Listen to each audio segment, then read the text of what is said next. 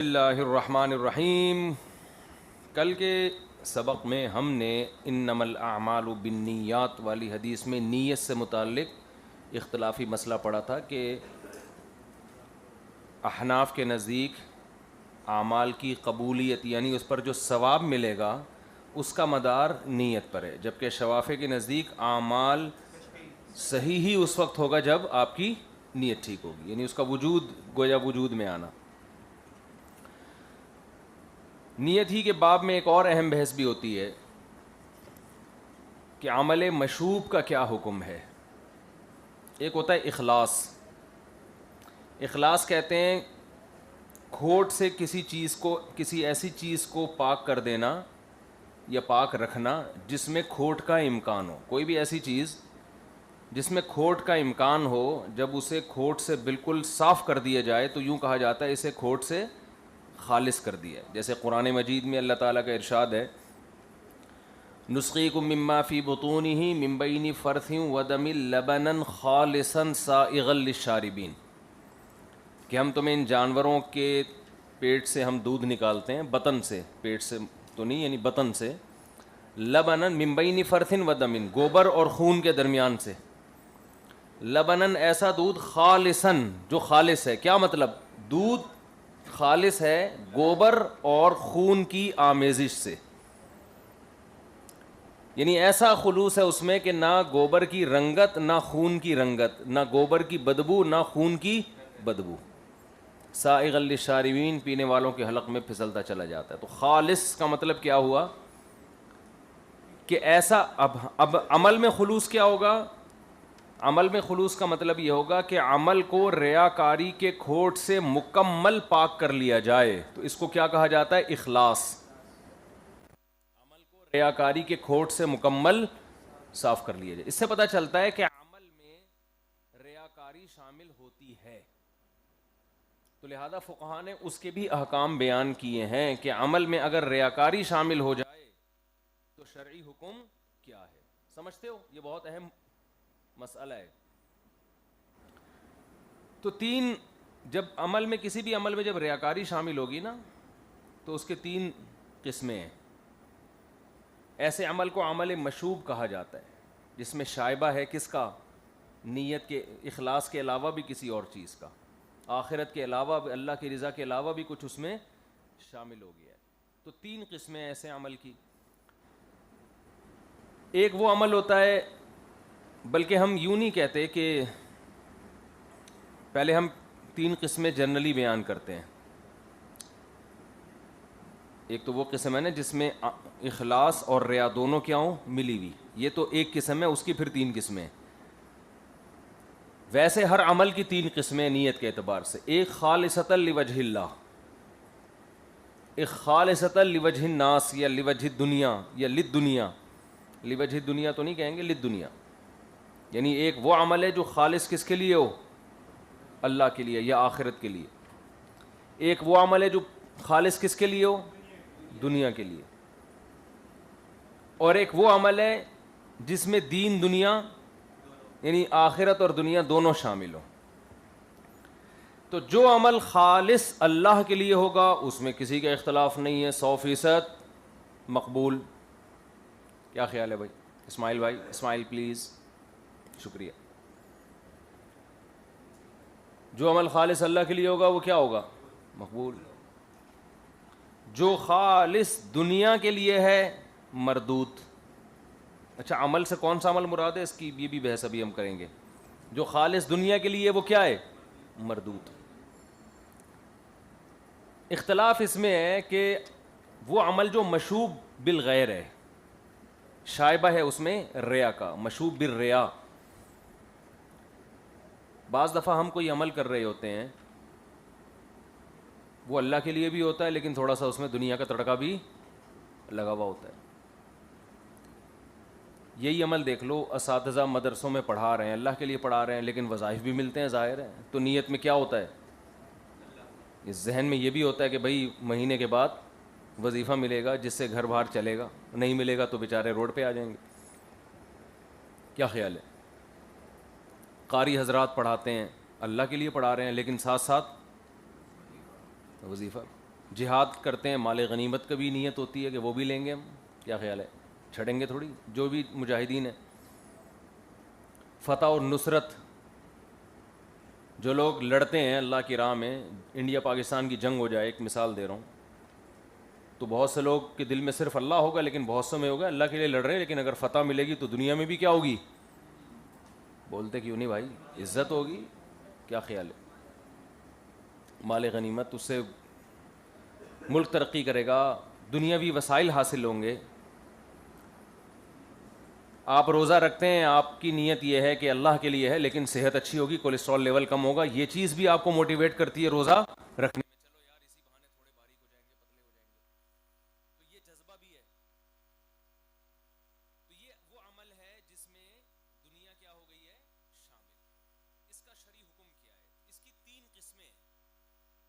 ایک وہ عمل ہے جس میں اللہ کی رضا یا آخرت غالب ہو، دنیا مغلوب ہو. ایک وہ عمل ہے جس میں دنیا غالب ہو، آخرت مغلوب ہو. اور ایک وہ عمل ہے جس میں دونوں کیا ہوں؟ برابر، 50-50. تو وہ عمل جس میں اصل آخرت ہے، دنیا مغلوب ہے، وہ عمل عند اللہ مقبول ہے. یعنی اس میں محض دنیا کی جو ریاکاری تو نہیں کہہ سکتے آپ اس کو، دنیا شامل ہونے سے، دنیا کی نیت شامل ہونے سے پورا عمل مردود نہیں ہوگا. راجح قول یہ. اچھا اس میں بھی تین قول ہے، پہلے میں وہ بھی بتا دیتا ہوں. بعض علماء کی رائے یہ ہے کہ اگر ذرا سی بھی ریا شامل ہو گئی یا دنیا شامل ہو گئی، ذرا سی بھی دنیا کی غرض شامل ہو گئی، تو پورا عمل کیا ہو جائے گا؟ باطل. یعنی آپ اگر مدرسے میں پڑھا رہے ہیں اور آپ کے ذہن میں ذرا سا بھی یہ آ گیا کہ مجھے چونکہ وظیفہ ملتا ہے اس لیے پڑھا رہا ہوں، یہ ذرا سا بھی ہے، تو اس سے پورا عمل کیا ہو گیا؟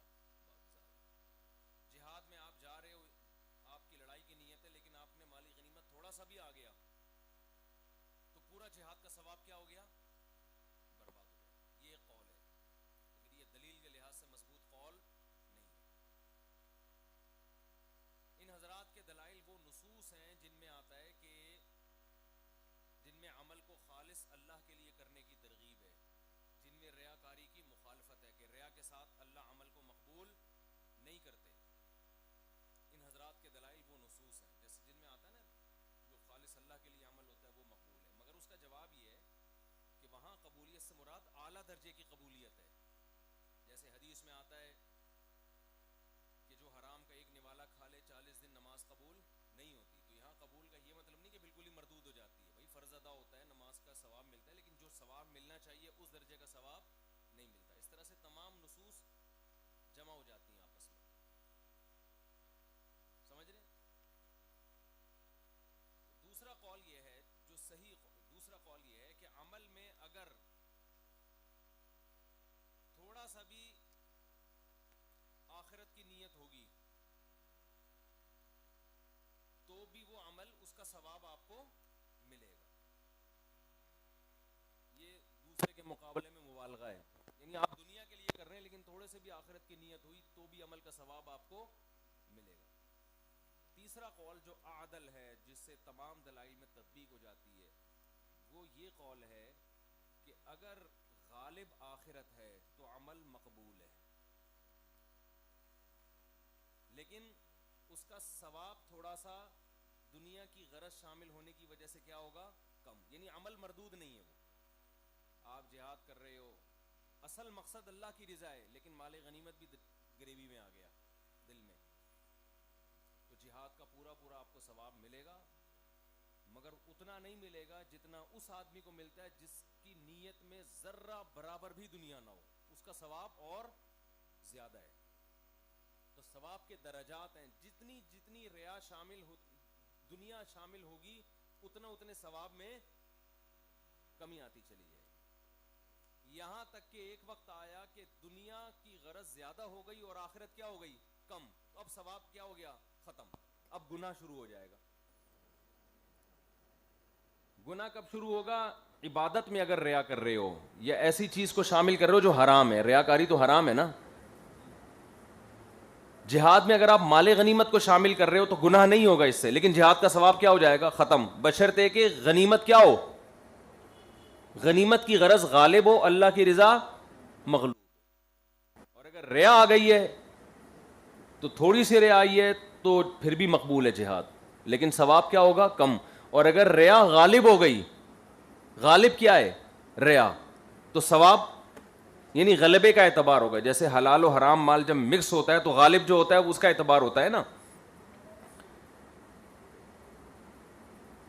البتہ اگر ریا زیادہ ہے اور نیکی یعنی آخرت کی نیت کم ہے، اس میں آخرت کی غرض کم ہے، تو گناہ تو ہوگا مگر اتنا گناہ نہیں ہوگا جتنا اس شخص کو ہوگا جو 100% دنیا کو دکھانے کے لیے لڑ رہا ہے. یہ بہترین قول ہے. اس کی دلیل قرآن مجید کی آیت فَمَن يَعْمَلْ مِثْقَالَ ذَرَّةٍ خَيْرًا يَرَى وَمَن يَعْمَلْ مِثْقَالَ ذَرَّةٍ شَرًّا يَرَى. اللہ کہتے ہیں جو رائی کے برابر نیکی کرے گا میں اس کو بھی لاؤں گا، جو رائی کے برابر برائی کرے گا میں اس کو بھی لاؤں گا. اب اچھے عمل سے کسی کا مقصد اللہ کی رضا ہے، لیکن تھوڑی سی اس میں ریا بھی شامل ہو گئی تو بھائی جتنی ریا شامل ہوئی ہے اتنا گناہ ہوگا نا. اور جو جتنا اخلاص تھا، جتنی نیت اچھی تھی، وہ ضائع کیوں ہوگی؟ اس سے مطلب تو یہ ہوا کہ اللہ تھوڑے سے گناہ پہ تو گناہ دے رہا ہے، اور جو اس کی نیت جو اچھی تھی، آخرت کے لیے نیت تھی، اس کو اللہ تعالیٰ اس پہ کوئی اجر نہیں مل رہا، تو یہ اللہ کی طرف ظلم کی نسبت لازم آئے گی. اور زیادہ تر لوگ دنیا میں ایسے ہی ہوتے ہیں کہ جو اچھا کام اچھی نیت سے کر رہے ہوتے ہیں مگر اس میں دنیا بھی شامل ہوتی ہے، تو اس سے عمل مردود نہیں ہوتا. اس کی بہترین مثال قاری حضرات یا اساتذہ مشائخ جو مدرسوں میں وظیفہ لے کے پڑھا رہے ہوتے ہیں، تو ان کی نیت میں غالب اگر اللہ کی رضا ہے تو وظائف لینے سے یا وظیفے کی طرف توجہ جانے سے ان کا عمل ضائع نہیں ہوگا. ہاں ایک استاذ ہے جو سرے سے وظیفہ لیتا ہی نہیں ہے اور ان کی نیت بھی نہیں ہے، تو ان کا عمل وہ زیادہ مقبول ہوگا عند اللہ. سمجھ رہے ہو؟ اچھا، اس میں یہ نہیں ہے کہ وظیفہ لینا یا نہ لینا، اس میں یہ کہ اس کی نیت کیا ہے. بعض اساتذہ وظائف لیتے ہیں لیکن نیت پڑھانے سے یہ نہیں ہوتی، ان کو ملے نہ ملے انہوں نے پھر بھی تدریس کرنی ہے. لیتے اس لیے تاکہ لوگوں کے سامنے ہاتھ نہ پھیلانا پڑے. اگر ہمارے جو مدارس میں اساتذہ مشائخ وظیفہ لینا بند کر دیں بہت سے حضرات، تو ان کے پاس کمانے کا اور کوئی ذریعہ نہیں ہوتا، پھر ان کو درس و تدریس چھوڑنی پڑے گی. تو وہ اس لیے لے رہے ہوتے ہیں تاکہ قرآن و سنت کی تعلیم اور تدریس سے ان کا رشتہ جڑا رہے. تو ایسے لوگ اگر لے بھی رہے ہوں تو اس میں یہ نہیں کہا جائے گا کہ ان کی یہ عمل آخرت کے لیے کر رہے تھے مگر ان میں دنیا کی غرض شامل ہو گئی، یعنی ابھی بھی دنیا کی غرض شامل نہیں ہوئی ہے کیونکہ مجبوری میں لے رہے ہیں. تو اس سے وہ لوگ مراد ہیں جو باقاعدہ اس لیے پڑھا رہے ہوں کہ ہم پڑھا تو اللہ کے لیے رہے ہیں لیکن اس لیے بھی پڑھا رہے ہیں کہ ہمیں وظیفہ ملتا ہے. تو ان لوگوں کی بات ہو رہی ہے. سمجھتے ہو؟ نہیں سمجھتے؟ آپ رمضان کا روزہ رکھتے ہو، اصل مقصد ہے اللہ کا فرض ادا کرنا. اس کی دلیل یہ ہے کہ اگر آپ کی صحت بنانے کی نیت نہیں بھی ہوتی تو بھی آپ رکھتے، لیکن اس میں آپ کی نیت شامل ہو گئی کس کی؟ صحت بنانے. ڈاکٹر نے بھی ڈائٹنگ کا حکم دیا، آپ نے کہا چلو ایک تیر سے دو شکار، صحت بھی. تو اس نیت کی وجہ سے پورا روزہ آپ کا ثواب آپ کا ضائع نہیں ہوگا، کیونکہ اصل یہ کس کے لیے ہے؟ اللہ کے لیے. کسی استاذ کو وظیفہ نہیں بھی ملے پھر بھی وہ کہتے ہیں میں پڑھاؤں گا پھر بھی، لیکن لوں گا وظیفہ. تو اس کا مطلب کیا ہوا کہ اصل یہ کس کے لیے کر رہا ہے؟ اللہ کے لیے کر رہا ہے. سمجھتے ہو؟ جو قاری حضرات پڑھا رہے ہوتے ہیں بچوں کو، وہ اصل اللہ ہی کے لیے. تو اس میں اگر ان کی نیت میں کھوٹ شامل ہو جائے تو اس کھوٹ کی وجہ سے پورا عمل ضائع نہیں ہوتا. یہ بہت اہم بحث ہے چونکہ بہت سے لوگ وہمی ہیں، وہ پھر ان کو ریا کے وہم آتا رہتا ہے اور کہتے ہیں یار ہماری تو یہ بھی نیت ہے تو عمل ہی ضائع ہو جائے گا. تو ایسا نہیں ہے. نبی صلی اللہ علیہ وسلم بہت دفعہ صحابہ کرام کو جہاد میں ترغیب دیا کرتے تھے یہ کہہ کے من قتل قتیلا فلہ سلبہ، جس نے کسی کو قتل کیا تو سارا سامان جو اس کے پاس ہوگا یہ قاتل کا ہو جائے گا. تو صحابہ کو ایک موٹیویشن ملتی تھی، ہاں بھائی زبردست، آخرت تو مل ہی رہی ہے ساتھ میں غریبی میں دنیا بھی ملے گی. تو اس سے ان کا عمل ضائع نہیں ہو، اس سے موٹیویشن ملتی ہے. تو اسی طرح جو طلبہ کو انعامات دیے جاتے ہیں پڑھائی پہ کہ بھائی جو طالب علم پہلے نمبر سے پاس ہوگا اس کو یہ انعام دیا جائے گا, تو ایک دم ایک موٹیویشن ملتی ہے نا. تو شیطان صوفی قسم کے طلبہ کے دل میں ڈالتا ہے کہ اب تو تیرے دل میں کس کی لالچ آ گئی, انعام کی لالچ. اب انعام کی لالچ میں پڑ رہا ہے, اللہ کی رضا تو ہے نہیں. تو یہ شیطان کی طرف سے غلط فہمی ہے, اس لیے کہ اصل تو یہاں بیٹھے ہیں اللہ کے لیے پڑھنے کے لیے. تو اس میں اگر انعام شامل ہو گیا تو اس کے شامل ہونے سے پورا عمل ضائع نہیں ہوگا, کیونکہ بیسک وجہ کیا ہے, اللہ ہے, اللہ کے لیے پڑھنے. تو ایک موٹیویشن مل رہی ہے اس سے, تو یہ جائز بھی ہے, اس کی شریعت میں ترغیب بھی ہے, نبی سے ثابت بھی ہے. سمجھتا ہی کہ نہیں سمجھتا. بلکہ بعض لوگ اخلاص کے اس درجے پر ہوتے ہیں کہ وہ انعام حاصل کرنے کی کوشش بھی اللہ کے لیے کر رہے ہوتے ہیں, یعنی انعام برائے انعام بھی مقصد نہیں ہوتا.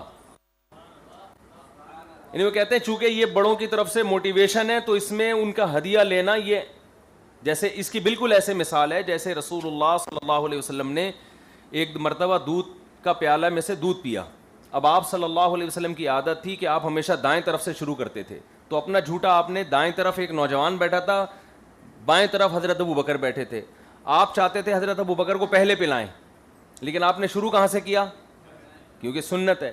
تو آپ نے ان سے پوچھا, دائیں والے صحابی سے, نوجوان تھے, کہ کیا مجھے اجازت دیتے ہو کہ میں اپنا جھوٹا پہلے ابو بکر کو پلا دوں؟ تو انہوں نے فرمایا کہ لن اوثر علی, الفاظ پورے ذہن میں نہیں آ رہے, علی سوری رسول اللہ صلی اللہ علیہ وسلم احدا, کہ میں نبی کے جھوٹے پر کسی کو ترجیح نہیں دے سکتا. اب دیکھو یہ دودھ تو ہے, ہر آدمی چاہتا ہے مجھے پہلے ملے, لیکن یہاں صحابی جو پہلے دودھ پینا چاہ رہے ہیں اس میں دنیاوی غرض مراد نہیں تھی, بلکہ نبی سے محبت کا اظہار, کہ نبی کا جھوٹا پینے کا موقع ملے میں کسی اور کو کیسے پرمیشن دے دوں بھائی. اب کوئی یہ کہ معاذ اللہ یہ دودھ کی ہوس ہے ان کے دل میں, ان سے بھوک برداشت نہیں ہو رہی, تو یہ کمنٹ غلط ہوں گے. یہاں اپنی خواہش بھی پوری کی جا رہی ہے, تو کس کے لیے, اللہ کے لیے. تو بعض اساتذہ جو ہمارے مشائخ میں گزرے ہیں, جو مدرسوں سے تنخواہیں وظائف لیتے تھے, ان کی ایک نیت یہ بھی ہوتی تھی کہ اگر ہم یہ وظیفہ نہیں لیں گے تو ہمیں دین کا کام چھوڑنا پڑے گا, تو یہ لینا بھی کس کے لیے, اللہ کے لیے, تاکہ ہم دل جمعی سے. تو یہ پھر یہ 100% اخلاص ہے. اور بعض کے دل میں لالچ آ سکتی ہے کہ یار تھوڑے پیسے ویسے روکڑا بھی مل جائے تو کیا جا رہا ہے, ان کو ضرورت نہیں ہوتی لیکن پھر بھی لے رہے ہوتے ہیں. تو پھر اس میں یہ دیکھا جائے گا غالب نیت کیا ہے. غالب نیت اگر اللہ کی رضا ہے, درمیان میں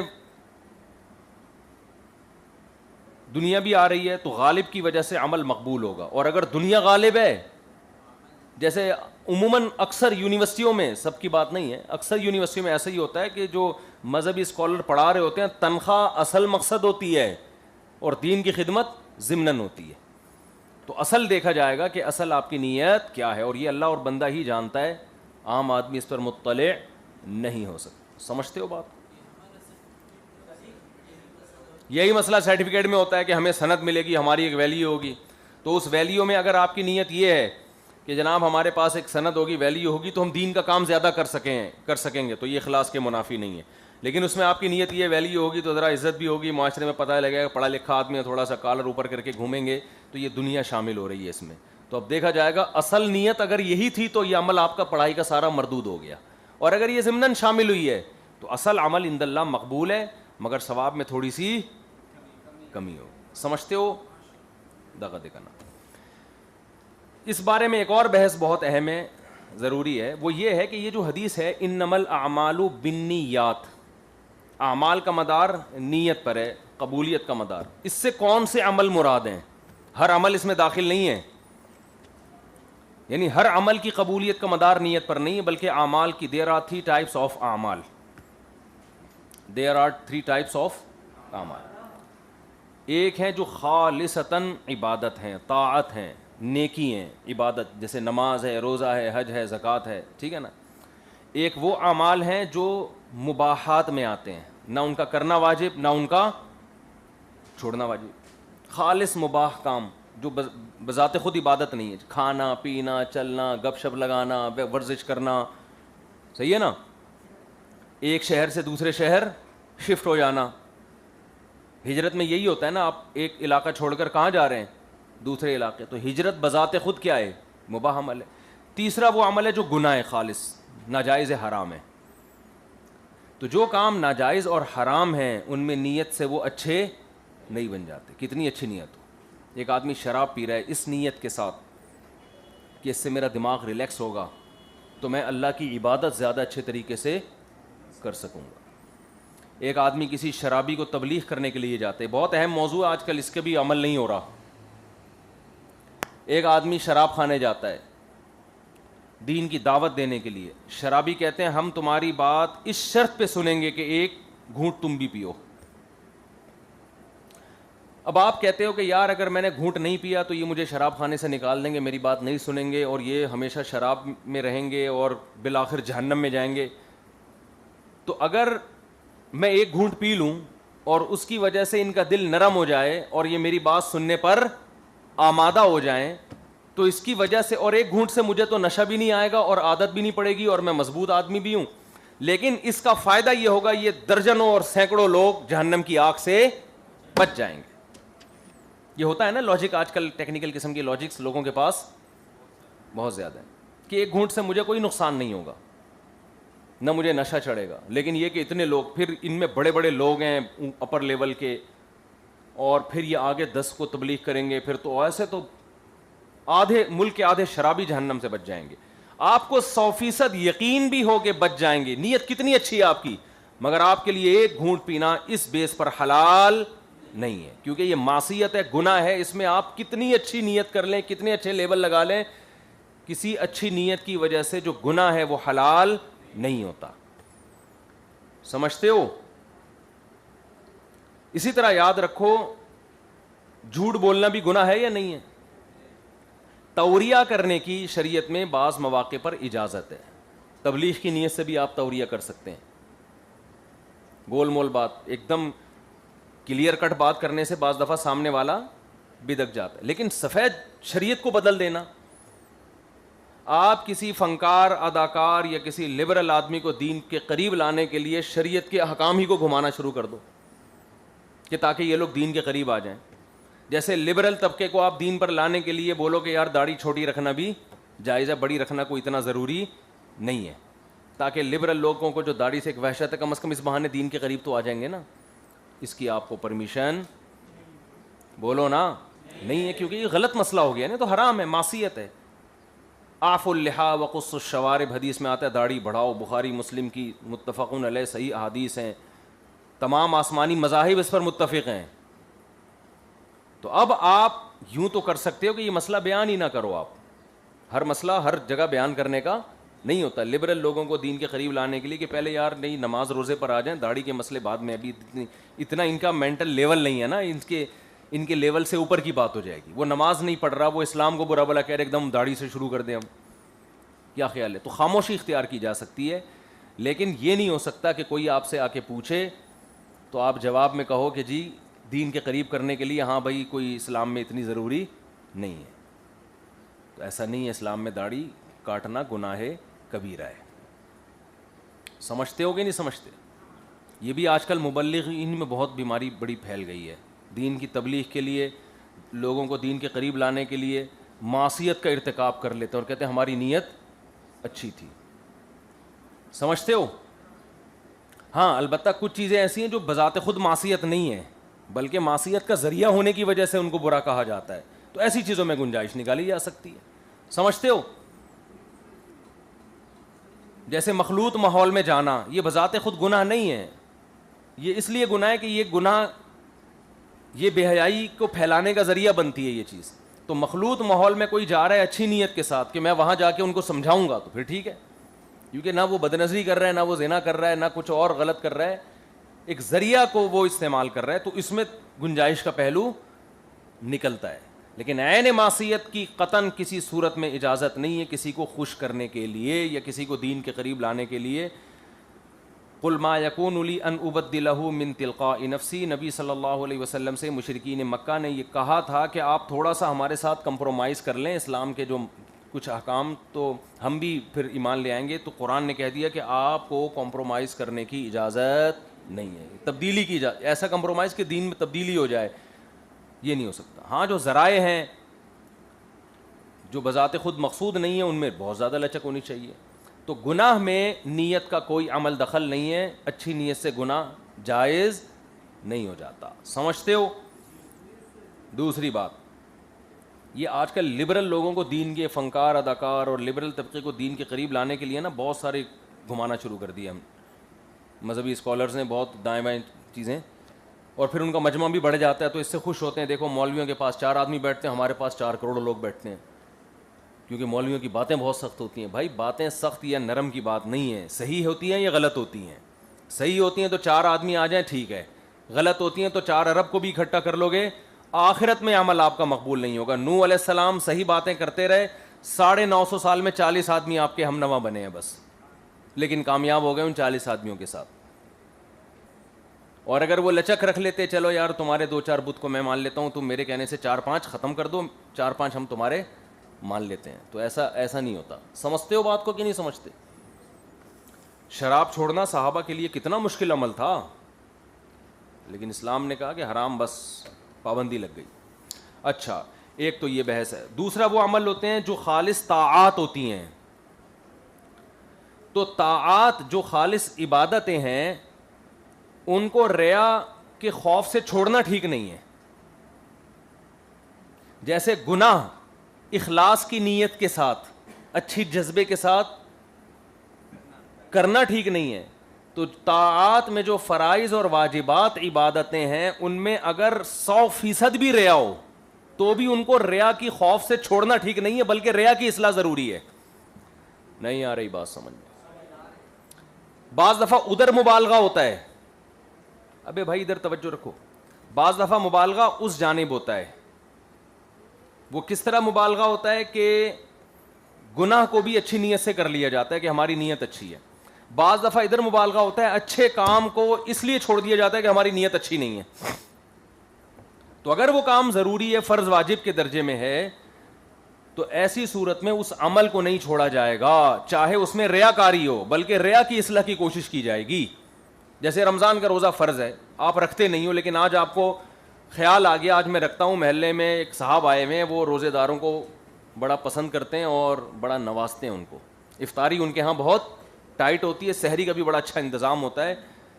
اس نیت سے آپ نے روزہ رکھ لیا، ایک دم آپ کے دل میں آئے گا یار آج کبھی زندگی میں رکھا نہیں ہے، لیکن آج تو میری نیت ٹھیک نہیں ہے تو چھوڑ دو روزہ. نا نا نا نا نا، کسی بھی نیت سے رکھو، فرض ہے بہرحال. بولتے کیوں نہیں؟ رکھنا پڑے گا. ہاں نیت کو درست کرنے کی کوشش کرے انسان کہ یار تجھے شرم آنی چاہیے، زندگی میں تو کبھی رکھا نہیں اور آج کباب کھانے کے لیے افطاری اچھی ملے گی یا واہ واہ ہو جائے گی، بلے بلے ہو جائے گی، یا لوگ کیا بولیں گے، شرم آ رہی ہے روزہ چھوڑتے ہوئے، تو کوئی بات نہیں، پھر بھی آپ کو رکھنا پڑے گا. ہاں اس ریا کا علاج کرو آپ کہ اپنی نیت کو کیا کرو، درست کرو. سمجھتے ہو؟ جتنا آپ کے بس میں ممکن ہے. تو یہاں بھی مبالغہ ہوتا ہے. تو طاعت. اور تیسرا وہ عمل ہے، اچھا اس میں مستحبات میں کیا حکم ہے؟ مستحبات میں یہ تو فرائض واجبات ہے نا، عبادات کا ایک عنصر وہ ہے جو فرض واجب نہیں ہے. بہت اہم بحث ہے، اس کو خوب اچھی طرح پلے باندھ لیں. سمجھ میں نہیں آ رہی؟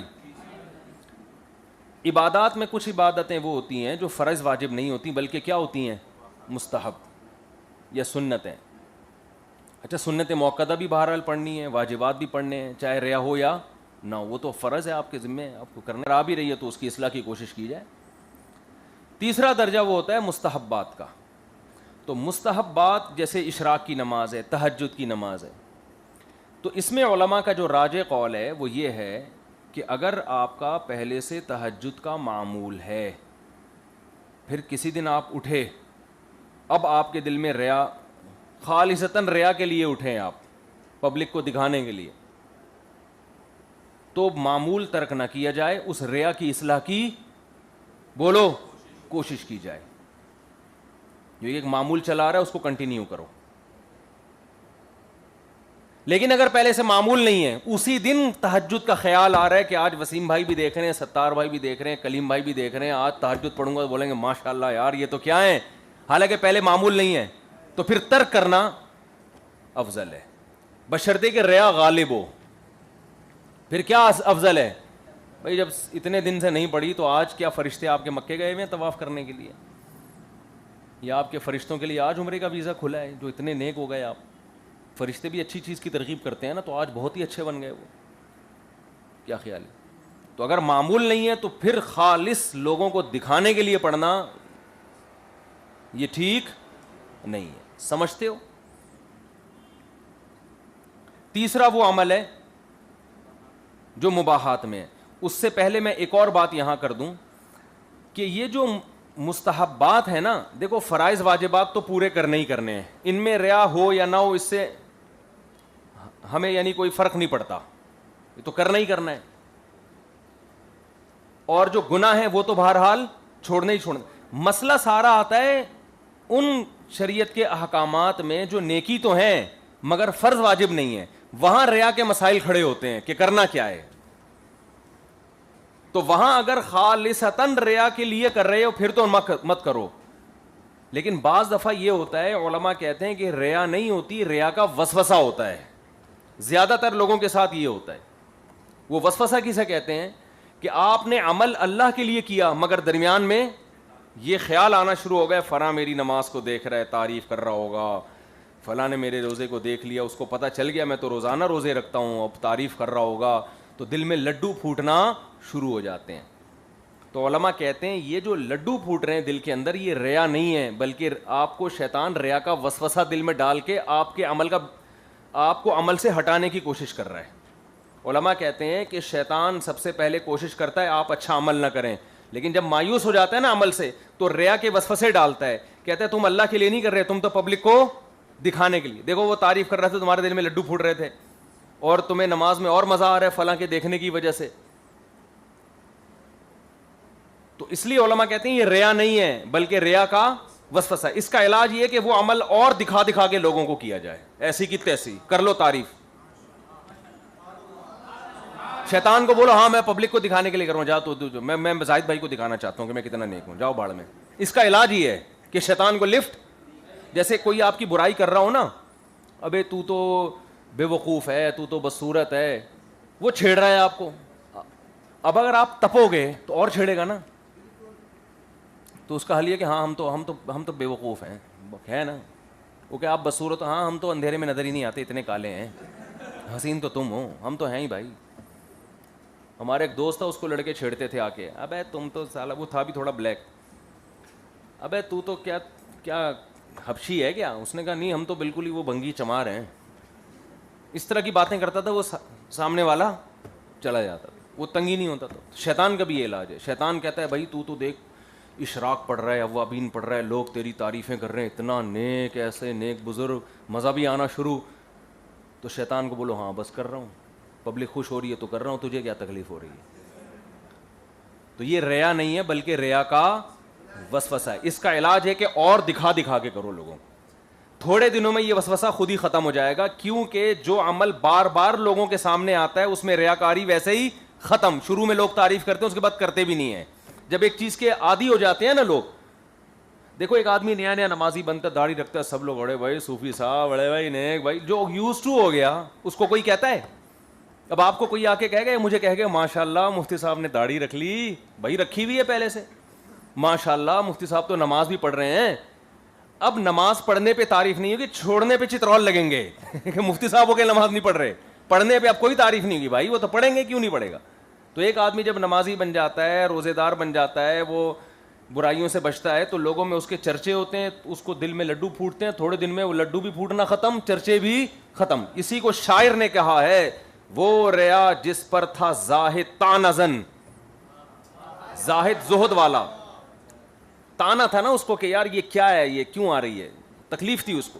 وہ ریا جس پہ تھا زاہد تانزن، پہلے عادت پھر عبادت بن گئی. یعنی وہ ریا پہلے عادت بنتی ہے، یوز ٹو ہو جاتا ہے انسان، پھر عبادت بننے کا مطلب پھر اس میں وہ وسوسے بھی ختم. خالص کس کے لیے ہو جاتی ہے؟ وہ اللہ کے لیے. مجھے حضرت نے ایک ذکر بتایا تھا مسجد میں کرنے کا نا، تو میں کرتا تھا، تو لوگ آ کے کہتے یار بڑا صوفی، بڑا نیک بچہ ہے یار. میں نے حضرت کو خط لکھا ہے، تو لوگ بڑی تعریفیں کر رہے ہیں اور بڑے لڈو پھوٹ رہے ہیں، تو اس لیے میں اب نہیں کر رہا مسجد میں. حضرت فرمایا شیطان کا وسوسہ ہے، اس کو لوگوں کے سامنے کریں، تھوڑے دنوں میں کیا ہو جائے گا. اب کر رہے ہوں تو لوگ کوئی تعریف نہیں کرتا کتنا نیک آدمی. اب تو نہیں کرو تو کہتے ہیں یار مفتی صاحب ہیں دیکھو مسجد میں ہی نہیں بیٹھ رہے، اگر بالفرض نہ بیٹھیں تو. اب تو یہ الٹا کام ہو جاتا ہے انسان کا. تو اس کو کہتے ہیں اٹ از کالڈ وسوسہ ریا. عام طور پر لوگوں کو اس سے واسطہ پڑتا ہے تو اس سے عمل چھوڑ دیتے ہیں تو غلط ہے. ایک آخری بحث ریا کے بارے میں رہ گئی, کیونکہ اس کا اخلاص, حدیث کا اخلاص سے تعلق ہے نا, اخلاص کا اپوزٹ ریا ہے. تیسرا وہ عمل ہے جو مباحات کہلاتے ہیں. یہ آپ نے پورا خلاصہ تیار کر کے لکھنا ہے اس کا, امتحان میں اتنی لمبی بحثیں نہیں ہوتی. تیسرا وہ عمل ہے جو فی نفسی ہی مباح ہے, نہ وہ عبادت ہے اور نہ وہ گناہ ہے, بلکہ اس میں دونوں پہلو ہیں, کھانا کھانا, ورزش کرنا. تو اس میں اگر اچھی نیت ہوگی تو یہ ثواب بن جائے گا, بری نیت ہوگی تو یہ گناہ بن جائے گا. کوئی بھی نیت نہیں ہوگی تو نہ یہ ثواب ہوگا نہ یہ گناہ ہوگا. آپ کھانا کھا رہے ہو اس نیت سے پیٹ بھرنے کے لیے تو نہ ثواب ہے نہ گناہ. اس نیت سے کھانا کھا رہے ہو کہ جب طاقت آئے گی تو فلم دیکھوں گا, ذرا فلم دیکھنے میں مزہ آئے گا مجھے, تو یہ کھانا بھی کیا بن جائے گا, وبال جان. اور اس نیت سے کھا رہے ہو کہ جسم میں طاقت آئے گی تو 4 شادیاں کروں گا, 4 بیوہ عورتوں کو سہارا دوں گا اور پٹوں گا, اور کیا نام ہے, دین کی خدمت کروں گا. نبی نے کیا فرمایا, اب تجارت بذات خود مباح ہے نا, لیکن آپ نے فرمایا ایماندار تاجر قیامت میں پیغمبروں کے ساتھ ہوگا. تو یہ اچھی نیت کی وجہ سے ہوگا. جو شخص تجارت کر رہے تاکہ لوگوں کے سامنے ہاتھ نہ پھیلانا پڑے اور صلہ رحمی کر سکے, دین کی خدمت کر سکے, اللہ کے شکر کی توفیق ملے, جب اچھا کھائے گا اچھا پہنے گا تو شکر کی بھی توفیق ایسے لوگوں کو ملتی ہے. بھائی بہت زیادہ غربت میں انسان کے ایمان کا خطرہ ہوتا ہے, لوگ ایمان خرید لیتے ہیں اس کا. تو اس نیت سے کوئی پیسہ بھی کمائے گا تو وہ کیا بن جائے گی, عبادت بن جائے گی. اور یہ جو ہجرت کا واقعہ ہے جو اس حدیث کا شان ورود ہے, اس سے بھی یہ پتہ چلتا ہے ایک شہر سے دوسرے شہر جانا بذات خود نہ ثواب ہے نہ گناہ. تو جن صحابہ نے مکہ سے مدینہ ہجرت کی اس نیت سے کہ ہم اپنا وطن اللہ رسول کی خاطر چھوڑ رہے ہیں, تو آپ نے فرمایا فہجرتہ الی اللہ ورسولہ, ثواب ملے گا.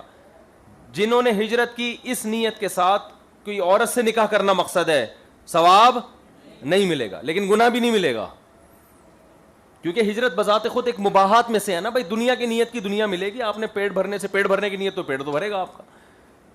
اور جس کی کوئی نیت نہ ہو تو نہ ثواب ملے گا نہ وہ چیز ملے گی. ویسے ہی ٹریولنگ کر کے جا رہے ہو آپ, جو لوگ صبح شام کرتے ہیں. سمجھتے ہو گے نہیں سمجھتے؟ تو یہ آج ہماری اس حدیث کی تمام بحثیں مکمل ہو گئیں. اب اس میں کچھ اور علمی نکات ہیں 1-2, وہ انشاءاللہ کل کے درس میں بیان کروں گا. تو یہ پوری بحث آپ نے ریاکاری سے متعلق محفوظ رکھنی ہے. سمجھتا ہے کہ نہیں سمجھتا؟ آپ سوال پوچھ رہے ہیں جلدی سے جو پوچھنے. اگر ہجرت یہاں سے امریکہ کے لیے کر رہا ہے, دین کی تبلیغ کے لیے کر رہا ہے, ثواب ملے گا. پیسے کمانے کے لیے کر رہا ہے تو پیسے ملیں گے, اور پیسے کمانے سے نیت ہے کہ اسلام کی خدمت یا عفت اور پاک دامنی سے زندگی گزار سکوں, تو امریکہ جانے پہ بھی ثواب ملے گا اس کو, کیونکہ بذات خود ایک مباح کام ہے نا. کوئی نیت نہیں تھی تو کچھ بھی نہیں ملے گا, امریکہ کا ویزا ملے گا. اگر نیت ہے وہاں جا کے عیاشی کروں گا تو گناہ ملے گا. نہیں, ہر آدمی کی نہیں ہوتی. بہت سے لوگ وہاں جا کے نیک بنے ہیں زیادہ. کسی نے سوال پوچھنا ہو تو پوچھیں جلدی سے. 1 منٹ, زاہد بھائی کیا پوچھ رہے ہو؟ بس یار مائک کے بغیر اب ٹائم کم ہے نا, تو میں خود ہی سوال کو ریپیٹ کر دوں گا. جی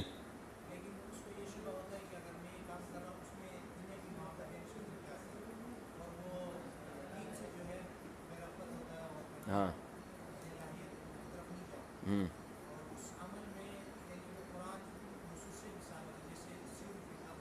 ہاں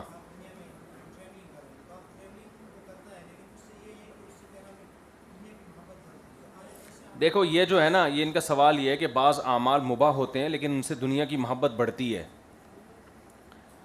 جیسے زمین میں چلنا پھرنا, جب دنیا دیکھے گا تو دنیا کی محبت بھی دل میں آئے گی نا, تو پھر دین سے دور ہوگا. پیسہ دیکھے گا, گاڑیاں دیکھے گا, یہ دیکھے گا, وہ دیکھے گا. تو اس کا جواب یہ ذہن میں رکھیں کہ جو کام ایسا ہو کہ اس سے بچنا ممکن ہی نہ ہو, اس کام کو کر لینا چاہیے. یہ ان لوگوں کے دل میں دنیا کی محبت آتی ہے یا متاثر ہوتے ہیں جو پہلی دفعہ کر رہے ہوں. جب بار بار کرتا رہے گا تو پھر محبت آنے کے بجائے ختم ہوتی ہے, ان چیزوں کی حقیقت کھل جاتی ہے. سمجھ رہے ہو نا؟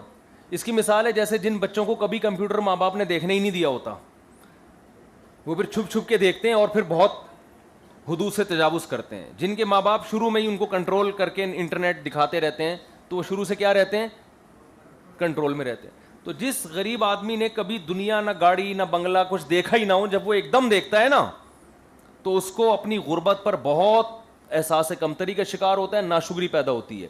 لیکن جو دیکھتا رہے تو وہ پھر ان چیزوں سے متاثر نہیں ہوتا. تو اس لیے زمین میں چلنا پھرنا چاہیے، سفر کرنا چاہیے. اور یہ کہنا کہ سفر ہی چھوڑ دو، اس سے اس کے نقصانات، اس کے سائیڈ افیکٹ زیادہ ہیں، آپ دنیا سے کٹ جائیں گے. تو ہونا یہ چاہیے کہ تبلیغ جماعت کا یہ جو استحضار ہے کہ جب سفر کرو تو جو بلڈنگیں نظر آئیں تو بولو کھڑی مٹی، اور ایک کیا ہوتی ہے، پڑی مٹی. تو یہ استحضار بار بار کرنے سے پھر محبت پیدا نہیں ہوتی. تو سفر ضرور کریں، ہر علاقے میں جائیں، مالدار ملکوں میں بھی جائیں، غریب ملکوں میں بھی جائیں، دنیا دیکھیں. جب دنیا کی محبت پیدا ہو تو یہ استحضار کریں کہ یار یہ مٹی ہے، ختم ہو جائے گا، ان چیزوں سے دل لگانا نہیں چاہیے. یہ استحضار کرتے رہیں گے تو نہیں پیدا ہوگی انشاءاللہ. لیکن اگر گھر میں باؤنڈ ہو کے بیٹھ گئے تو کب تک بیٹھو گے؟ اسلامی ماحول سے کفری ماحول کی طرف دیکھو. جس کو اپنے بارے میں غالب گمان ہو کہ میں کسی کفر والے ملک میں جا کے خراب ہو جاؤں گا تو اس کے لیے تو جانا بالکل حرام ہے، کیونکہ اس کی غرض ہی صحیح نہیں ہے. جس کو غالب گمان اس کے لیے، کیونکہ یہ گناہ کی طرف لے جانے والی چیز ہے. جس کو اپنے بارے میں غالب گمان ہو کہ میں اپنے آپ پہ کنٹرول کر لوں گا، اس کے لیے جانا جائز ہے. ہر ایک کے لیے ہم جانا جائز نہیں کہہ رہے.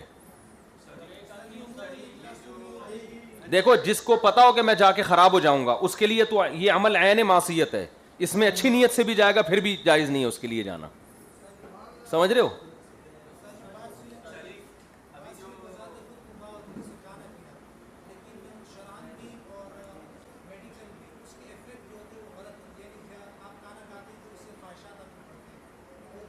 دیکھو خواہشات تو بڑھتی ہیں تو طاقت بھی تو آتی ہے نا. تو اس طاقت کو جائز چیزوں میں استعمال کرو، ناجائز میں نہیں کرو استعمال. یہ چیز ایسی ہے کہ اگر آپ اس سے بچو گے تو یعنی دنیا میں چل نہیں سکتے. پھر آپ ایسا حل دینا چاہیے نا جو عملاً ممکن بھی تو ہو نا. یہ تو ہندو پنڈتوں نے حل نکالا ہے کہ بالکل دنیا سے الگ تھلگ ہو جاؤ تاکہ گناہ ہی نہ ہو. تو وہ عملی طور پر یہ معاشرے میں چل نہیں سکتا. یہ تو رہبانیت ہے. تو اسی دنیا میں رہ کے ہی بچنا ہے، کھانا بھی ہے، پینا بھی ہے.